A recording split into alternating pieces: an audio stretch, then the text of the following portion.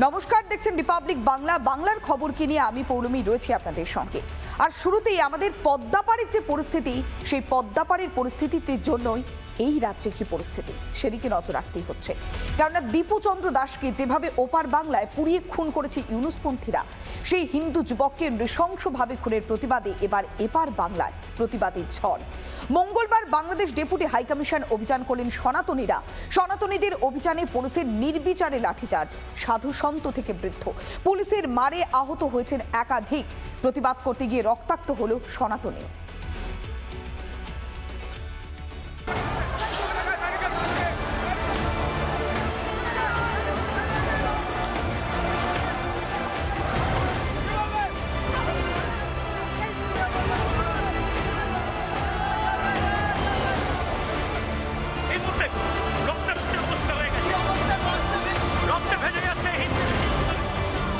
সনাতনী হিন্দুরা আজ রাস্তায় নেমেছেন। তারা বলছেন যে বাংলাদেশেও যা হচ্ছে বাংলাতে একই হচ্ছে।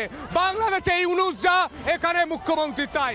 বলছেন গোটা বিশ্বের হিন্দু এক হও বলে এই মুহূর্তে বাংলাদেশের হাই কমিশন যেটা রয়েছে কলকাতায়, তার সামনে তারা এসে জড়ো হয়েছেন এবং তাদের পুলিশ যেতে দিচ্ছে না। একদিকে যারা বাংলার সনাতনী যারা রয়েছেন তারা ব্যারিকেডের ওপারে রয়েছেন, পুলিশ এখানে রয়েছে। ঠিক উল্টো দিকটায়, এই দিকটা হচ্ছে বাংলাদেশ হাই কমিশন।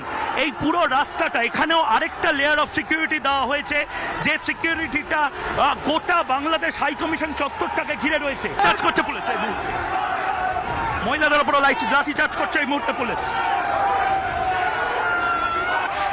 এই মুহূর্তে অবস্থা দেখুন, এই মুহূর্তে চারিদিকে লাঠিচার্জ হচ্ছে এবং এই চারপাশে যেভাবে হিন্দুদেরকে মারা হচ্ছে, এই মুহূর্তে পড়ে গেল।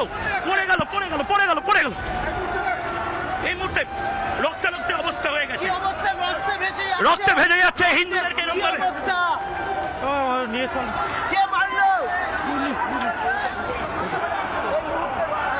এই মুহূর্তে একজন অসুস্থ হয়ে পড়েছে, পুলিশের লাঠির ঘায়ে এই মুহূর্তে মুখ ফেটে গেছে এই মুহূর্তে।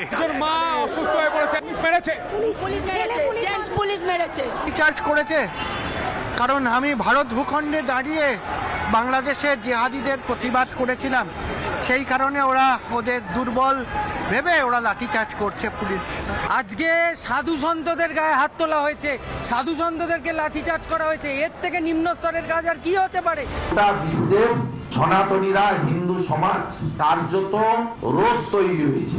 কলকাতা পুলিশের এই লাঠি চালনার মধ্য দিয়ে মমতা বন্দ্যোপাধ্যায় আর মোল্লা ইউনূসের মধ্যে কোনো পার্থক্য নেই। বলবো এই মুহূর্তে যে অবস্থা, বেধড়ক লাঠিচার্জ করলো মমতা বন্দ্যোপাধ্যায়ের পুলিশ এবং এই মুহূর্তে প্রচুর এভাবে লাঠির আঘাতে রক্তারক্তি হয়েছে। আমার সারা গা রক্তে ভেসে যাচ্ছে। নানা ধরনের কন্টেন্ট দেখার জন্য লাইক করুন, শেয়ার করুন আমাদের ফেসবুক পেজ, সাবস্ক্রাইব করুন আমাদের ইউটিউব চ্যানেল।